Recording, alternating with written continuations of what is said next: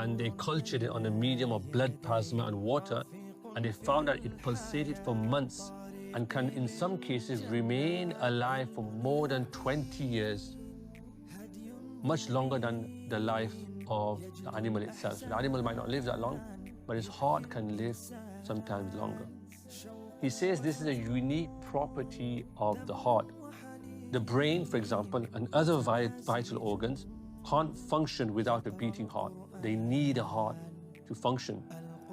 But a beating heart does not depend on a functioning brain. Doesn't need a functioning brain, at least not in the short term. Moreover, my friends, the heart doesn't just pump blood to other organs, it pumps blood to itself.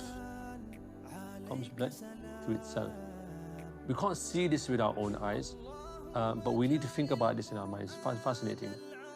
In a sense, unlike any other organ that Allah has placed in your body, the heart is self-sustaining.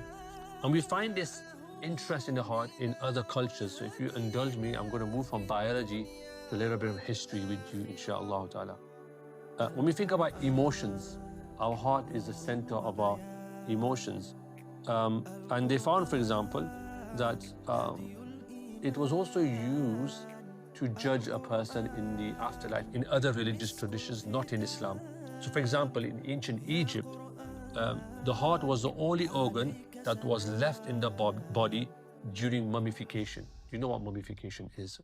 Because they believe that the heart plays a central role in the rebirth of the individual after death, because they believe that the person comes alive again into another body after death. But why is the heart important? So if you look in Egyptian mythology, their story, this is of course nothing to do with the Quran and Sunnah, but I'm just sharing this insight because you can see that people have been thinking about the heart and what it means for centuries.